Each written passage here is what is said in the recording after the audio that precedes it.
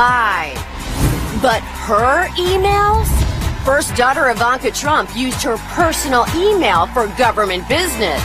Is she using the same defense Hillary did? Cut the comedy. The White House Correspondents' Dinner won't have a comedian MC the show next year. Is this a big win for the president? Plus, how does Candace Bergen think Murphy Brown would fit in at the Hot Topics table? A huge ratings grabber. She's live on The View. Let's light up Hot Topics with Whoopi, Abby Huntsman, Joy Behar, Sunny Hostin, and Meghan McCain. Now, let's get things started.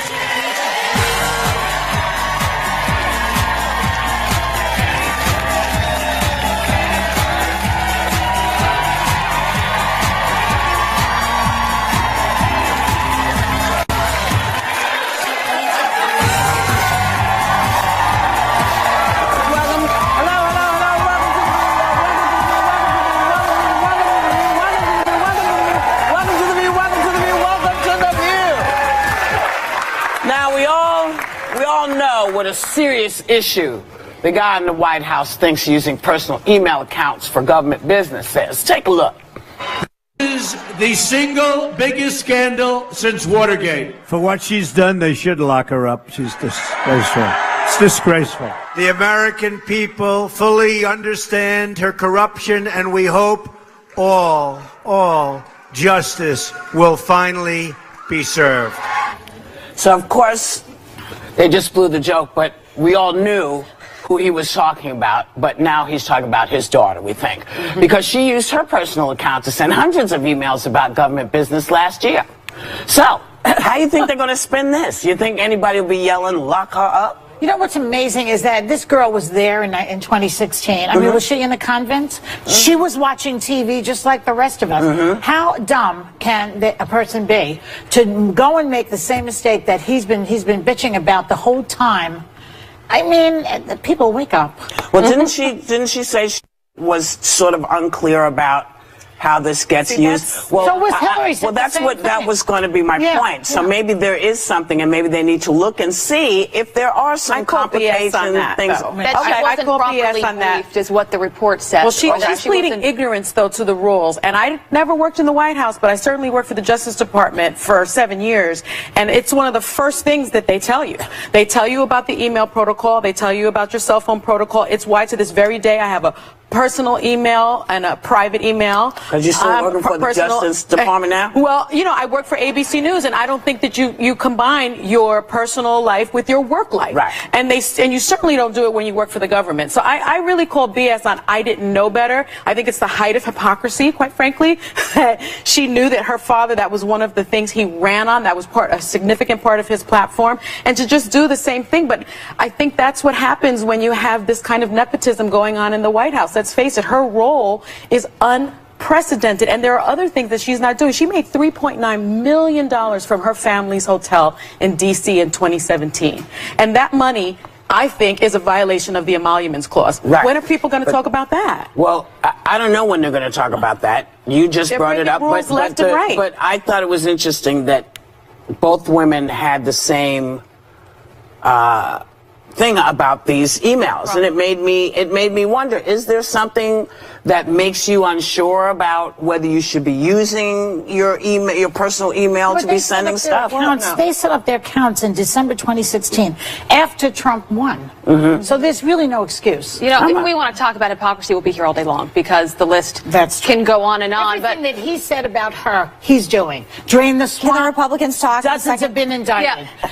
Hillary's emails, she's got the situation. You know, he's in the middle of a constitutional crisis pretty soon. Here's what I would say, because my dad being the ambassador of Russia, I think the biggest threat to our democracy and to our elections are the Russians, are the Chinese, are people that are trying to hack into our systems, into our emails. And so, no, I don't think there's like a gray area in terms of when you get a formal email in the White House, you use that, because they're going to get into your emails. What I will say, because I know Ivanka a little bit, I've exchanged emails on the White House account and text and all that. She's as scripted as they come. So if Democrats are going to use their time, because I think they've already talked about trying to investigate this, there's enough to investigate. There's really going to be no there.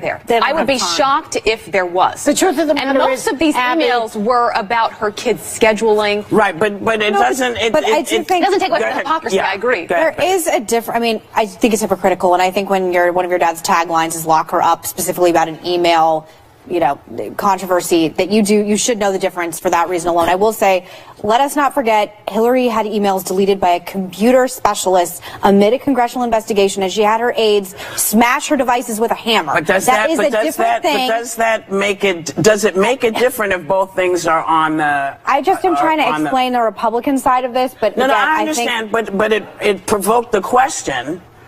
Does that change the fact that people are using their personal emails, regardless of how they did it? But does it change the fact that they're using personal emails? Destroying emails during an investigation is still different, and smashing devices with a hammer, having your aides do it, to me, is still different. Do I think it's hypocritical? 100%. Do I think she should have known better? 100%. But I agree with Abby on this one. We should be more concerned about, and my father said this, when a car alarm is going off every day, you get desensitized to what's really important. What we should be most fearful of is the fact that our president is still using his personal phone. I care about that much more than I care about you guys chose this, and that's why we're talking about it. I think it's choose it. It's in the news. I think it's very important, actually.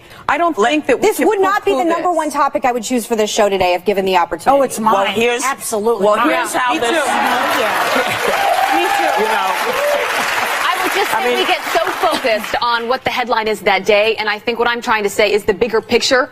My guess is I'm not saying she gets a pass. I would never give her a pass. I'm not giving her a pass, but of all the things I was saying of Democrats that could be not that important. I just said the greatest. This is a matter of national security. I just said the greatest threat to our democracy are the Russians and the Chinese trying to break into our emails, and that's exactly why I think across the board Hillary was wrong. All right, let's stop. Hold on a second, please. We're going to break. We'll be right back. It is ridiculous. Still ahead, Facebook at war. Should Mark Zuckerberg step down for revealing millions of users' personal info? This November. Now I don't have to do it again. I don't think, the whole time I called it a homework assignment. She became a household name after the event, though, as have a lot of people. And I can remember Wanda Sykes and Stephen Colbert doing it. So I disagreed with her. I actually do think, as much as I don't like the dinner, it's a great platform for a comedian. So, And it's also a fundraiser. For young journalists. So I hope we don't lose that part of it. The person who really killed at those events was Obama. No comedian could follow him. He is hilarious. Because he's self-deprecating. Exactly. He understands how to make Reagan was famous for that too. Reagan was funny. Obama is like funny. a stand-up. I don't know. I enjoy the White House Correspondents' Dinner. I think it's fun. You get to see your colleagues. And I think the comedian was a highlight for many of us. And it was also a highlight, though, when the president came back after being roasted and then roasted the media. Unfortunately, because of the relationship that you see now between this administration and the media, I think it's lost. Last year got so, in my opinion, I didn't think Michelle Wolf was funny, and I thought it got so personal in attacking Sarah Sanders and others that I couldn't imagine that happening with the Obama White House or people that work for him. But a lot of people did. A lot of people did. To me, it wasn't funny at all. It was more just disrespectful. Were you in the room? I watched the whole thing. I was working, so I had to cover it the next morning. We were kind of cracking up in the room. But it also depends on whether or not you like anyone in the Trump administration. You take it with the lens that you view it in. But Sarah Sanders should have ridden with it. She looked all pissy about it. She didn't get the worst of the joke. She didn't get the worst. Mitch McConnell got the worst one. Got a lot. Right. I'm not going to repeat it. And the media got a lot, too. But she went after the media. With comedians that are off the record. I would say the Gridiron Dinner, the Alfalfa Club Dinner, with comedians, and people know how to keep their mouths shut and aren't tweeting about it. And I think that's the secret. And we've talked about this with roasts here at, what is the famous? The Friars Club. The Friars Club. That sometimes if you want to make fun of one another, I'm 100% down for that. Sometimes you just don't want it tweeted about, and you don't want everyone in the world knowing. Should not televised. Well, none of these roasts should be televised. They should never be televised because those roasts are you're supposed to get roasted by your friends, people who know you, people who love you. People who love you. And once you put it in the public ear, Yeah. everybody responds. Everybody has something to say about it. I know a little something about that. Yeah. And I've always felt that these roasts they are for the people in the room. It feels They're not very for different everybody. in the room Yeah, it's than very watching. So the problem with the dinner with Trump, he loves him. The comedians don't love him. So you have to love the president to be able to roast the president. People don't like him. I don't think that's true. Some people in the country that love he's him, a but I think nasty it guy. He doesn't get a I actually think it hurts He has the no press. sense of humor. Why would you talk about him? Because when it looks like a bunch of press in the room, self-aggrandizing each other, talking about, oh, we hate Trump, he's whatever. It really, this is what is feeding his base. They hate the media. They hate This is comedians about the making fun of dinner. him. This is not about his base. This is about But the his newspapers. base sees the coverage of it and sees it as an attack well, on Sarah we must Sanders. protect the base. Right. Well, Right. that's a big, I'm that's a not, big part again, of why as he's out. usual, I'm just trying to explain it. As usual. As usual, I'm you not, are. because I'm just saying, like, you want to know what some people in the middle of the country are like? I mean, it's my idea. He just lost the house. He's going down. We'll be back. Really quick, He's done. take this clip. Trump has it in the bag. No need to even campaign or anything. We should, in 2020, he's not going to get reelected. Show this clip on election night, please. Please do. Yes. Please do. We'll be back.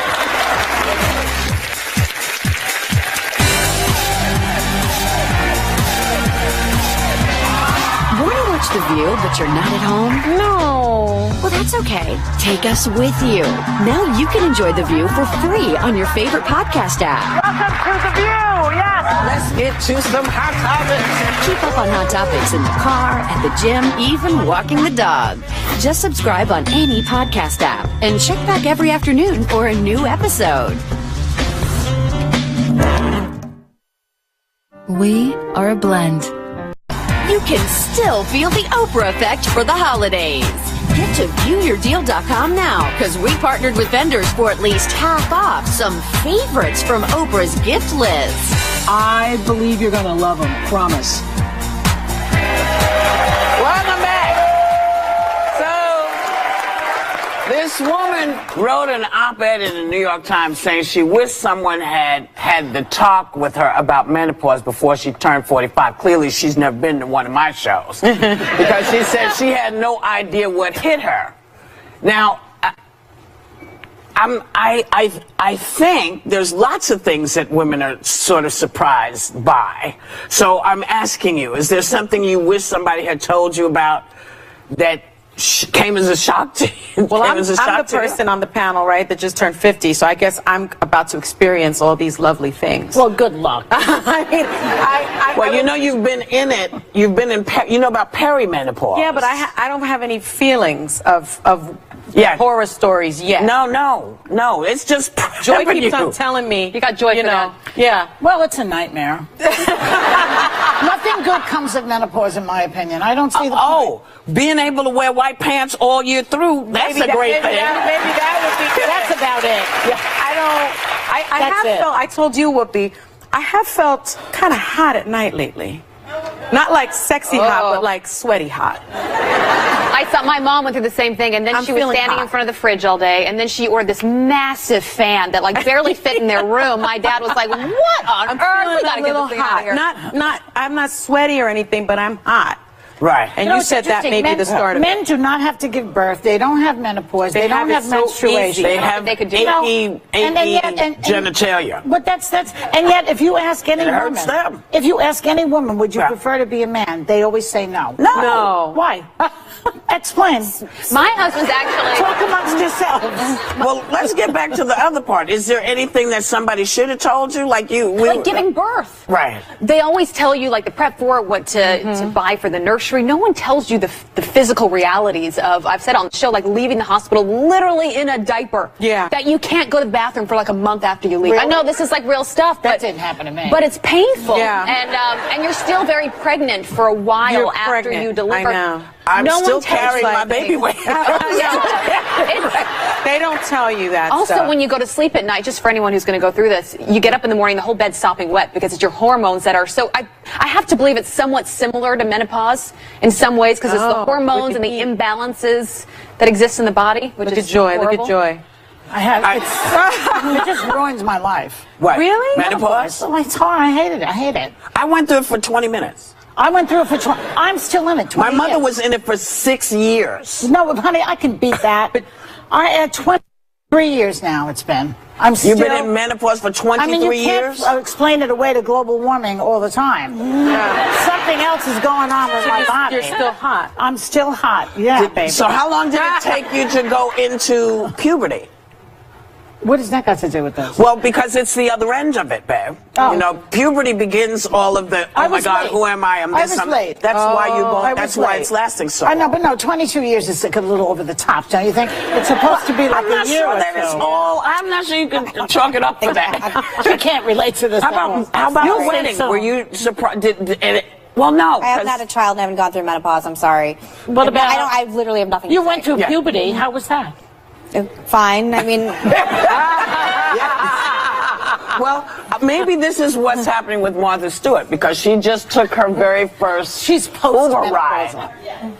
And it didn't go very well. Apparently she posted that she ordered the most expensive car, but it showed up 10 minutes late, halfway down the block, so she couldn't see the license plate. It came from the wrong direction.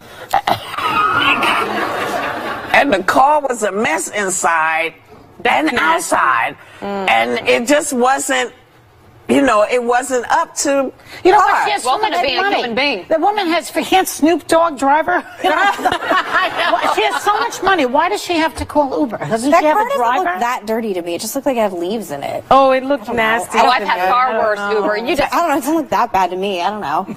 Well, and It she looks had that to bad. I don't Look know. at that. It's an old car. It's an old car. Well, No, it may not be old. It may just be funky and dirty.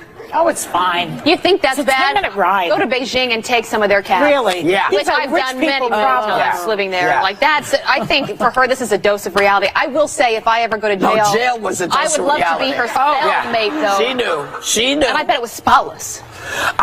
You know what? I just think It I smelled don't. good in there. It might have smelled good, but I'm not sure that it did. But I don't know. I'm not sure what Uber's supposed to look like. I mean, you're calling people with their cars, right? And Yes. they come and get you. So Yeah. And some but when you people get keep the- nasty cars. I don't know. When you get I to the have top such of the a low line. rating. I'm so happy when anyone will just pick me up. So at this point, Oh, you said that I you have have a low I have a low Uber rating, and So what is I'm that? very happy. Why do you have because a low rating? I don't. I legitimately do not know, Were you and I bitching like about something? everyone. No, I The like. drivers rate I've you. had so many nice Yeah. conversations with my Uber drivers. So they make they're the lovely rating? people, They rate you. and I still get rated badly. I don't know. I had a driver. They tell me stuff. One driver said to me, "You know, I have very dark stool. Do I need to hear that?" I swear to God. I am not making that up. And I thought, why does he feel that he could tell me this? I'm Did not you a doctor. finish the ride, or I did you said, say, I'm "Let very me out"? sorry to hear that. What can I say? That's very dark, yeah. I don't I even- swear I that's mean- a true story. Joy, that's a horror story. I'm speechless. Uber. Somebody has to explain it to me. I don't get it. I thought you call somebody and they come with their car to get you. Yeah, but then they right? rate you. But Like, it's my their rating own is car, so it can It's their come own with car. anything in it. That's It right. can That's smell right. weird, you know, you just never know what you're getting. Oh, so why does it say the expensive one? Is there a different? Yes. There's like an Uber black car. There's where an it's Uber usually pool too, where you can make friends. Uber pool Right? is good, and it's less expensive. Yeah, they drop Y'all you have off. to talk to me about this, because I'm so bougie. You know, I'm not getting in anybody's car. Nobody will let me drive. We'll be right back.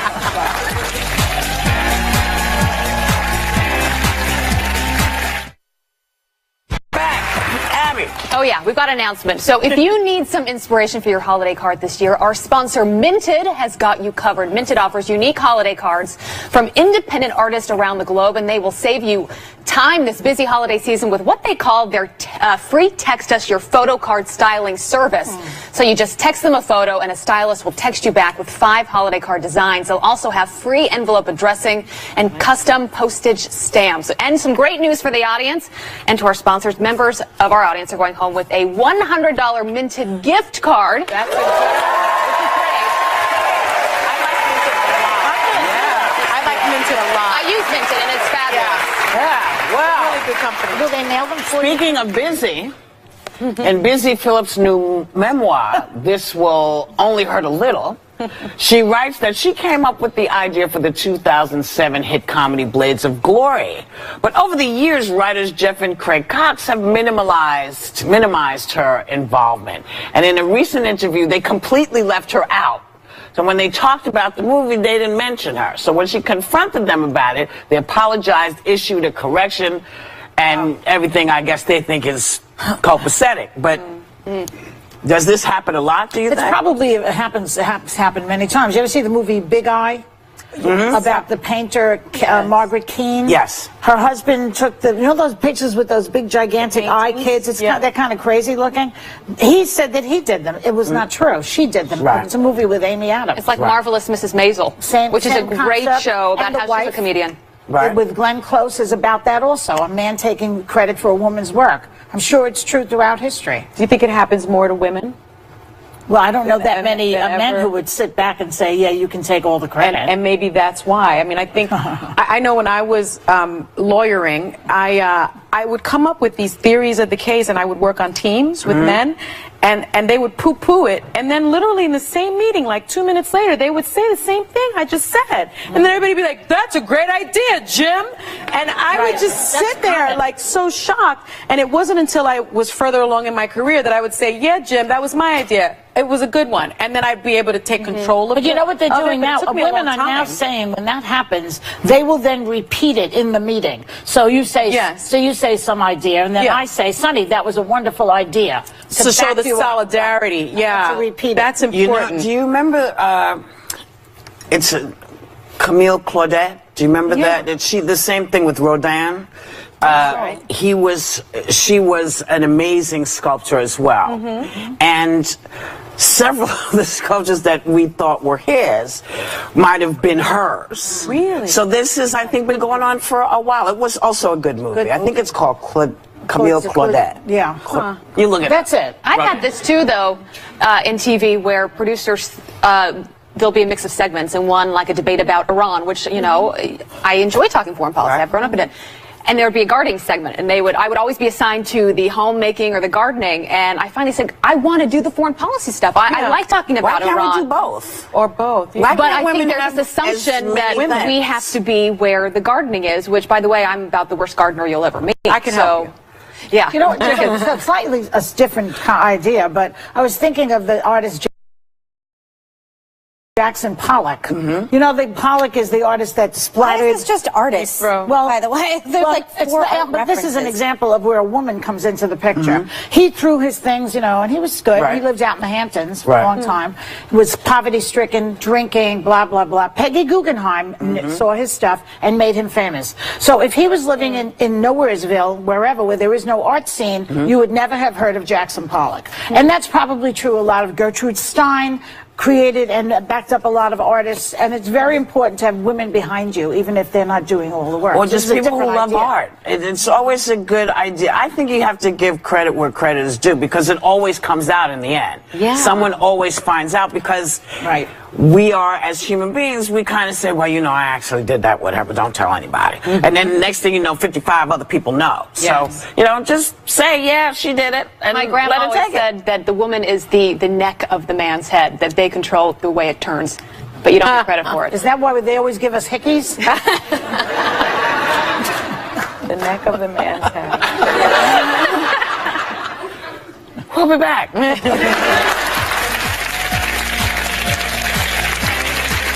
Is Candace Bergen bracing for a tweet storm from President Trump over the issues tackled on Murphy Brown? Well, the president is determined to build a border wall. She's live on The View next. Bergen picked the perfect time to reprise her role as Murphy Brown, who continues her tradition of taking on real-life hot topics that aren't always political. Take a look. Happy Thanksgiving, Turkey Hotline. This is Ken. How can I help you? Ken, this is my first time cooking a turkey, and I want to do it justice. It weighs 25 pounds and costs $350. $350.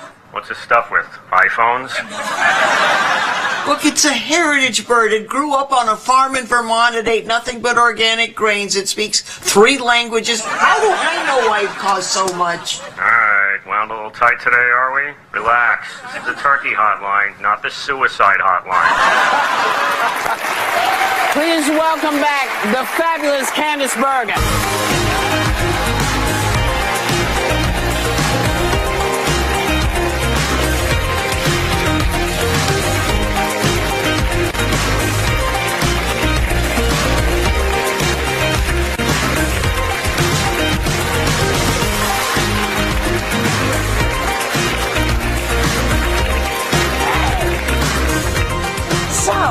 so cozy. It's kind of comfortable. It's not bad. Just on my stool. Okay, I'm good now. Good to Speaking go. of stools. No, whose idea was it to bring back Murphy Brown? Because I remember hearing people had been talking about it We've been periodically. asked from time to time, would we want to bring it back? And Diane English and I, who are friends, would talk and we'd say, well, we did it. Just what's the point? And then now we thought there is a point. If the election had gone differently, we would not have brought it back. But So it's because of Trump that it's back? Yes, it is. That what you're saying? Yes, it is. Has he reacted to it at all? Not at all. He's been smart. Because, of course, we would have loved nothing better. But no, he hasn't. He's been quiet. So if he's out of office next year, then the show goes off the air? It would be a small price to pay. That's right.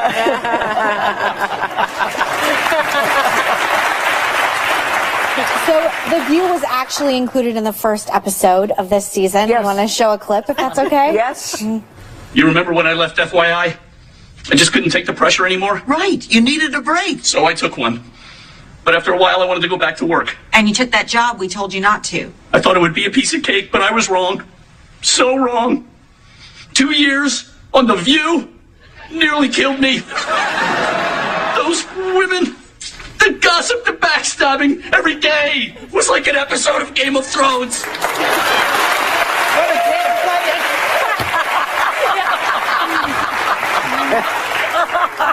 We all chuckled about that. I hope so. Well, the original Murphy Brown was just so groundbreaking, and you handled all these issues like harassment, being a single mom, and you say women still come up to you and thank you for covering those topics. Well, they thank me because I'm the visible part of Murphy Brown.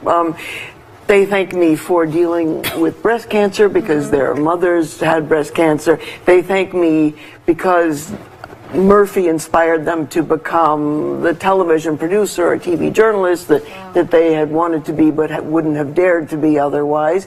And they say that it was a wonderful experience to watch the show with their mom, and so people have been very appreciative, and that continues, which is great. You paved the way for a lot of storylines, which is great. You were on SNL 2 weeks ago to honor Jonah Hill into what they call the Five Timers Host Club, something you're also a part of. Let's show a clip of this. You get your butt in here, Jonah. Welcome to the Five Timers Club, Seth. Oh, no, I'm not Seth Rogen. I'm actually Jonah Hill. And that's not the same guy? Hayes is the new guy. I know you're very familiar with my work, Candy. Sure. So... And something that not everyone may know about you, but you were the first woman to ever host SNL. I was the third host ever.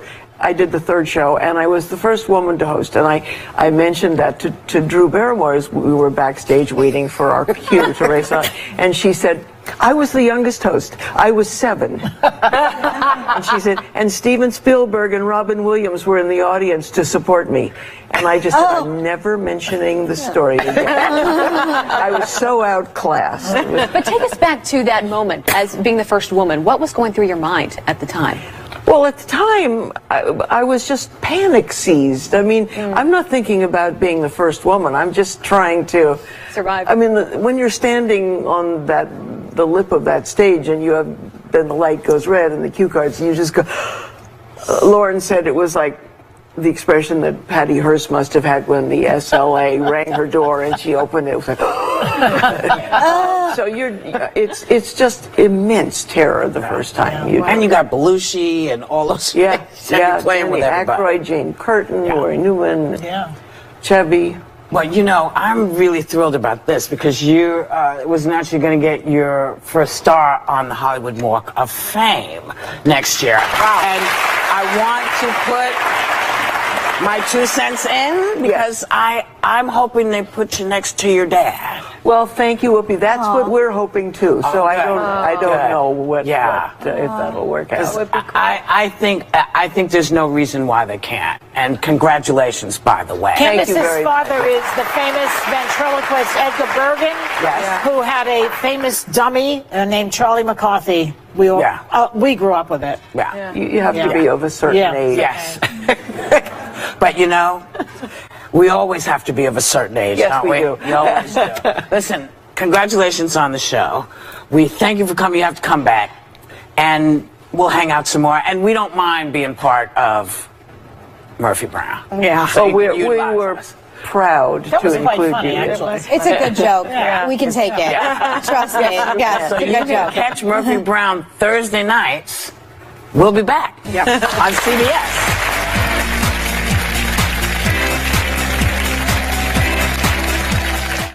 Bergen picked the perfect time to reprise her role as Murphy Brown, who continues her tradition of taking on real-life hot topics that aren't always political. Take a look. Happy Thanksgiving, Turkey Hotline. This is Ken. How can I help you? Ken, this is my first time cooking a turkey, and I want to do it justice. It weighs 25 pounds and costs $350. $350. What's it stuffed with? iPhones? Look, it's a heritage bird. It grew up on a farm in Vermont. It ate nothing but organic grains. It speaks 3 languages. How do I know why it costs so much? All right. Wound a little tight today, are we? Relax. This is the Turkey Hotline, not the suicide hotline. Please welcome back the fabulous Candace Bergen.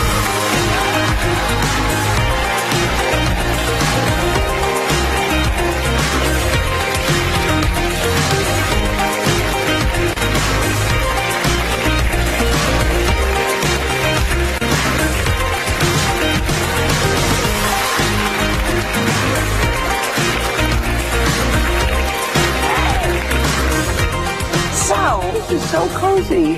It's kind of comfortable. It's not bad. I'm just on my stool. Okay, I'm good now. Good to go. Stools. No, whose idea was it to bring back Murphy Brown? Because I remember hearing people had been talking about it We've been asked from time to time, would we want to bring it back? And Diane English and I, who are friends, would talk and we'd say, well, we did it. What's the point? And then now we thought there is a point.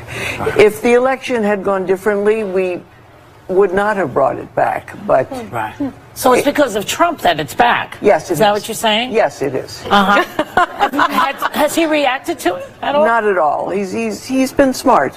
Because of course we would have loved nothing better, but no, he hasn't. He's been quiet. So if he's out of office next year, then the show goes off the air. It would be a small price to pay. That's right.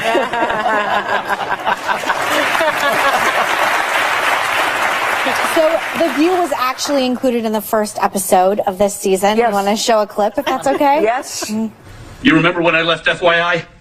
I just couldn't take the pressure anymore. Right. You needed a break. So I took one. But after a while, I wanted to go back to work. And you took that job we told you not to. I thought it would be a piece of cake, but I was wrong. So wrong. 2 years on The View nearly killed me. Those women, the gossip, the backstabbing every day was like an episode of Game of Thrones.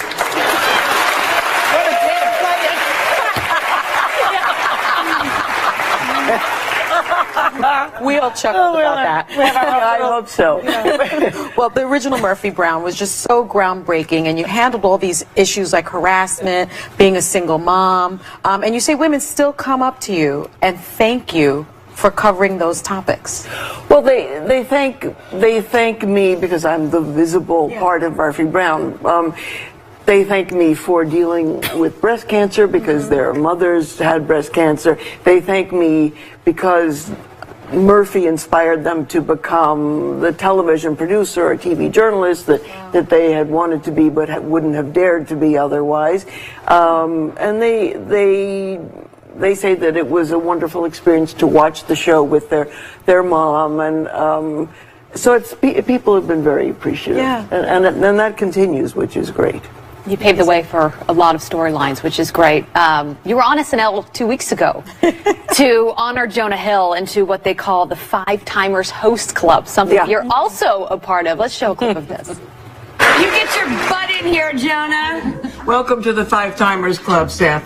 Oh, no, I'm not Seth Rogen. I'm actually Jonah Hill. And that's not the same guy? Hayes and the new guy. I know you're very familiar with my work, Candy. Sure. So... And something that not everyone may know about you, but you were the first woman to ever host SNL. I was the third host ever. I did the third show, and I was the first woman to host. And I mentioned that to Drew Barrymore as we were backstage waiting for our cue to race on. And she said, I was the youngest host. I was 7. And she said, and Steven Spielberg and Robin Williams were in the audience to support me. And I just said, I'm never mentioning the story again. I was so outclassed. But take us back to that moment as being the first woman. What was going through your mind at the time? Well, at the time, I was just panic seized. I mean, I'm not thinking about being the first woman. I'm just trying to survive. I mean, when you're standing on the lip of that stage and then the light goes red and the cue cards, you just go. Lauren said it was like the expression that Patty Hearst must have had when the SLA rang her door and she opened it. It was like, so it's just immense terror the first time. And you got Belushi and all those. Yeah, playing with everybody. Aykroyd, Jane Curtin, Lori Newman, Chevy. Well, you know, I'm really thrilled about this because you was naturally going to get your first star on the Hollywood Walk of Fame next year. Wow. And I want to put my 2 cents in because I'm hoping they put you next to your dad. Well, thank you, Whoopi. That's what we're hoping too. So I don't know if that'll work out. I think there's no reason why they can't. And congratulations, by the way. Candace's father is the famous ventriloquist Edgar Bergen, who had a famous dummy named Charlie McCarthy. We grew up with it. Yeah. You have to be of a certain age. Yes. But you know, we always have to be of a certain age, don't we? Do. We always do. Listen, congratulations on the show. We thank you for coming. You have to come back, and we'll hang out some more. And we don't mind being part of Murphy Brown. Yeah. So we were proud to include you. It's a good joke. We can take it. Trust me. Yes, So it's a you good can joke. catch Murphy Brown Thursday nights. We'll be back on CBS.